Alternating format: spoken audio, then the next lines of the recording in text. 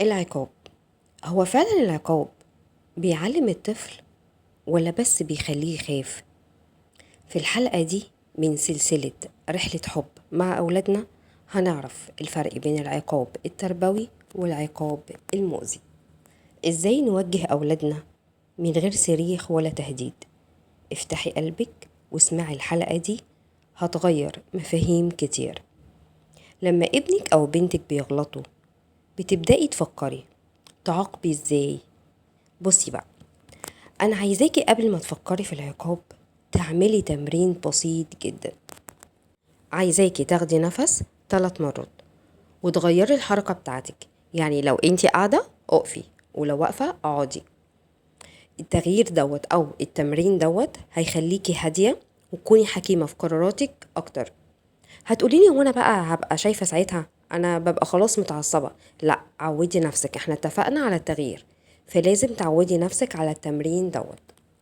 هو الموضوع مش هياخد منك غير ثواني، وبعد كده خليه يختار العقاب لنفسه.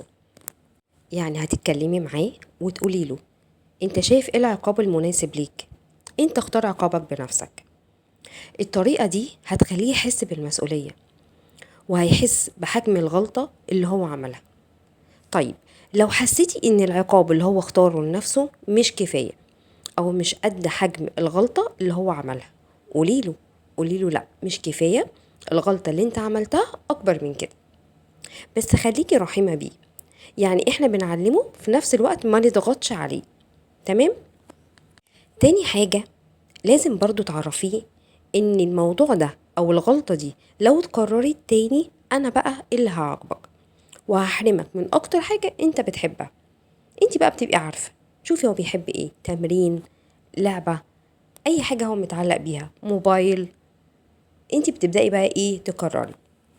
بس خلي بالك من حاجة، لو قرر الغلطة فعلا لازم تنفذي العقاب اللي انتي قلتي عليه. يعني انتي مثلا قلتي له لو قرر تاني مش هوديك التمرين، وقرره يبقى لازم ما تودهوش التمرين. لاني لو ما نفذتيش العقاب اللي انتي قلتي عليه، صدقيني الغلط ده هيكرره كل شوية وهيقول خلاص انا مامي كده، انا عارف هي مش هتعمل لي حاجة. وابدأي اتكلمي معاه بهدوء وخديه في حضنك مهما كان عمره. خديه في حضنك وطبطبي عليه وفكريه، قوليله فاكر لما غلطت الغلطة دي قبل كده وانت عاقبت نفسك، وانا قلت لك لو قررت تاني انا اللي هعاقبك. انا نفذت كلامي معاك. طبعا ممكن يتحايل عليكي ويقولك بقى خلاص انا مش هعمل كده تاني. الفكرة لو انت تنازلتي هتلاقيه قرر الغلط تاني.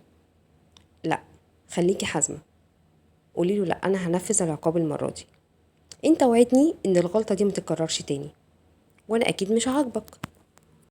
خلي ليكي شخصية معاه بس بهدوء وبحب، وابدأي بقى عوضيه بطريقة تانية، حاجة كده بيني وبينك يعني من غير ما يحس. يعني خرجيه مثلا كده، اعملي سناكس وفشار مثلا وقعدوا اتفرجوا على اي حاجة، اعملي اي حاجة، يعني اي حاجة تبسطه ما تخليهوش برضو مكتئب، وفي نفس الوقت انتي نفذتي الكلام اللي انتي قلتي عليه. عايزة اقولك ان الطريقة ديت هتخلي فيه حب، وهو هيعرف انك مش ام قاسية وانه فعلا غلط وكان لازم يتعاقب.